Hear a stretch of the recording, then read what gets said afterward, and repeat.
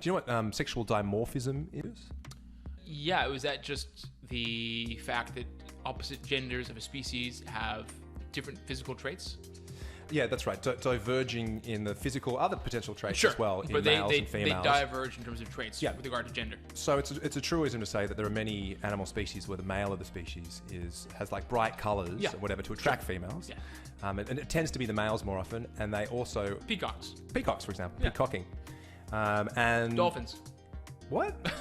I think they're identical. It would have been funny if I was like, oh yeah, like dolphins. Dolphins. The red ones. Yeah. But no one ever...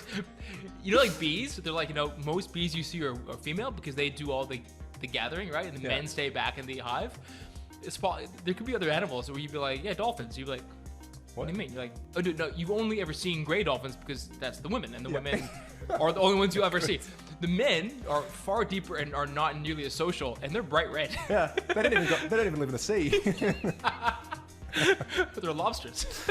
Anyway, so this actually gets interesting. So hear me out. So this is about guppy fish. Is that what we call them? Guppies, sure. Guppies, yep. Yeah. The genes responsible for colour, for the colour of the males, they're handed down from the males to the male progeny, and they don't actually... Through the spermatozoon. Well, yeah, but they don't actually engage in genetic recombination like most other genes do. So, for example, the male won't pass down his colourful genes to his daughter, who might then pass it down to her male progeny. Will not necessarily have his colourful genes. It's only handed down from the men to the men. That's right. So generally what happens in sexual reproduction is that some of your mum's traits and your dad's traits gets mixed up in a blender and you get a good combination of all of them, right? Yeah.